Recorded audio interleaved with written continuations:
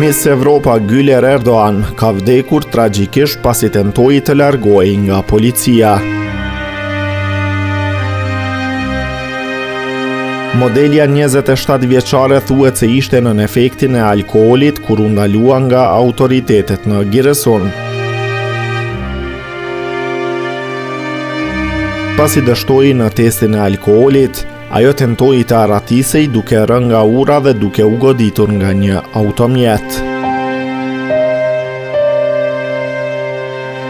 Familja e saj konfirmoi vdekjen e saj dhe fshiu llogaritë e saj në rrjete sociale. Autoritetet kanë nisur një hetim.